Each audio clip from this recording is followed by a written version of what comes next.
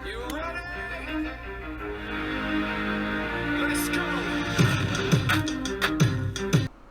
What's up, everybody? It's Brandon again, back at you with another episode of the LeBron, Kobe, and Jordan debate. This is episode 2. Today I'm going into LeBron's case. We'll start out. LeBron James is a 3-time NBA champ, 3-time Finals MVP, 4-time NBA MVP, and 16-time All-Star at the time of this recording. We'll jump right into it. The pros of LeBron's case for being the greatest of all time. LeBron is the best overall player of all time. Overall player. He's a better passer than Kobe and Jordan. Best IQ of all time. LeBron's been probably the greatest for the longest. Jordan didn't play for a lengthy period of time. Kobe wasn't the best player in the league for a long period of time. You can argue after like 2009, LeBron's had it. And LeBron's just been consistently good throughout his career. He was really young when he got to his first NBA Finals. And he's going to be really old by the time he gets to his last NBA Final. LeBron is the best overall player due to these things. He's the best passer, like I said.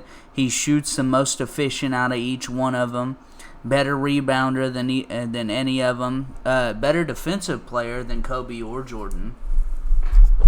And that's what I mean by overall. If you want a player who's going to make a smart decision, who's going to lead your team, and who's going to dish the ball out, he's going to make the high IQ plays. He can even set a charge. Everybody knows he can chase down, block.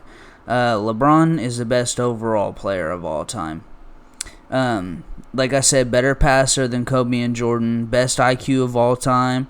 Throughout his career, LeBron has averaged 27.2 in the regular season. That doesn't include playoffs. 27.2 is a good average. A lot of people can't score 27 a game, so the fact that he's kept up a 27 point per game average throughout his career is a crazy stat in itself. Averages 22 points per game in the playoffs. Another good stat that can't be really topped. And he shoots efficient as hell when he is in the playoffs. He's got some of the best finals performances of all time. If we're going by stat-wise, he's done the most out of any of them. He's got better stats than Kobe, Jordan, anybody you really want to talk about. LeBron's stats are way better than them, especially in the playoffs. He's had multiple 40-point games in the playoffs. He's had multiple triple-doubles, and he'll continue to break every record that these guys have set. Even though he will end up playing longer, he will break Kobe and Jordan every one of their records. But at the time of this recording, he doesn't have every single record. Kobe's got more high-scoring games. Jordan's got better performances so far, but like I said, LeBron's consistently good. Kobe had a lot of bad games. Jordan got his ass whooped a lot of times before he ended up being great.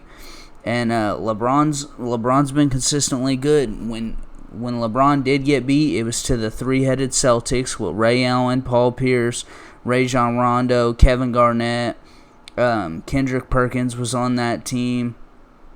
They had a lot of people they were ganging up on LeBron, and that's why LeBron ended up going to Miami and teaming up with Dwayne Wade and Chris Bosh, because he was tired of getting beat by a team of 4, basically. He's on pace to be the number 1 scorer of all time. On pace, he's not it right now, but he's on pace to be the number 1 scorer of all time. And how can we forget he's the only person to come back from a 3-1 deficit in the finals to a team that was 73-9. The Golden State Warriors finished 73-9 that season, and LeBron came back from a 3-1 deficit single-handedly, might I add, and won that series. I know Kyrie he did his fair share, Kyrie did, but LeBron was the sole reason that team came back. LeBron, he's going to continue to be great. He's going to continue to be good, and even at the end of his career, I bet he will be better than Jordan or Kobe at the end of their careers. I guarantee that he will be better than both of them at the end of their careers. Jump into the cons. We're into the cons now on LeBron's case and why I think he isn't the GOAT. I'm just giving both sides of it, and I'm trying to be not biased here. The 3 finals were against a young OKC team. Westbrook was 22, Harden was 22, and KD was 23. Those guys hadn't really been in a playoff series before. They hadn't got that deep in the playoffs, is what I meant to say. They haven't got that deep in the playoffs. They had no team chemistry hardly at the time. And they just hadn't been that deep into the playoffs before, and a lot of them haven't been back to the playoffs that deep since that time. They were all young guys. They didn't have it. They were young, inexperienced. Move on. He beat an old Spurs team. When he finally did beat them, they were old. The Spurs won a championship afterwards, but he beat an old Spurs team. That's my only argument against that old Spurs team. Tim Duncan was old, Manu was old, Tony Parker was old, and I mean there was a young Kawhi, but Kawhi hadn't fully developed yet. And the only one I cannot argue about is the 73-9 Golden State Warriors when he came back from a 3-1 deficit. That was the greatest performance in the finals of all time, hands down. I'm not trying to hear no arguments about it. That was the greatest performance of all time. He beats Kobe and Jordan in stats because he's been healthy for most of his career, which I guess really isn't a con on him. It's just more of a fact. He's played more games, and he's been healthier when he has played those games. Kobe, especially towards the end of his career, he messed up a lot of arms, shoulders, ankles, and Jordan just simply didn't play long enough. Jordan didn't really battle too many injuries. He just didn't play as long as LeBron. He retired twice, went and played baseball in his prime, and LeBron's been consistently on the court. LeBron's only missed one season so far, and that was last season. And he's been consistently on the court constantly, and he's been playing good every time he's been on the court. I cannot stress that enough. He is consistently good when he is on the court. The 2011 finals, he choked, and he only scored 8 points in Game 4, and they went on to get beat by the Mavs. That Mavs team should not have beat them. Dirk Nowitzki was the sole reason that they lost that finals, and you can't get beat by a team that really only has one star player.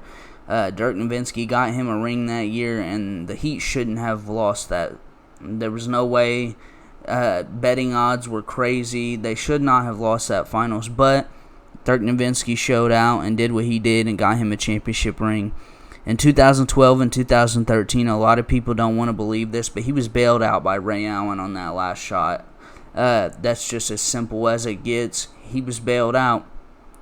If Ray Allen doesn't hit that 3 that game, they don't win that game. There was like 20 seconds left on the clock, I'm pretty sure.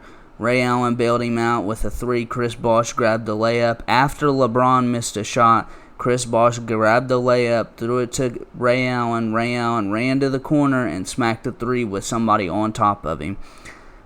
So in 2012, Ray Allen bailed him out at the end. In 2013 and 2014, the finals, they got beat by the Spurs with all their losses coming by 15-plus points.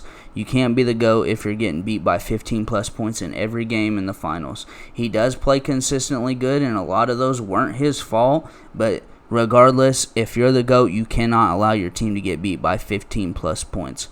And to end it all, he's 3-6 in 9 finals appearances.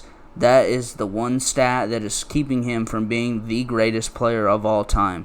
You cannot lose 6 finals and only win 3 and be considered the GOAT. It just simply can't happen. Jordan was 6-0, Kobe was 5-2. You can't be 3-6. Now, if he comes back, let's say him and the Lakers win 3 or 4 straight, he ends up being 7-6. or even 6-6, then it turns into a whole different discussion because he's went to 12 finals. But you cannot be 3-6 and be considered the GOAT. It's just as simple as that. Regardless of who the losses came to and who the wins came about, you cannot have a record like that and be considered the GOAT. Overall, though, like I said, LeBron's the overall best player of all time. He's the smartest basketball mind. He will continue to be the smartest basketball mind, and I guarantee when he stops playing, he will be a coach. He's got to be. He's on a different level compared to anybody who's ever played as far as being too smart. He knows the game better than anybody, and he's still playing the game is the crazy thing.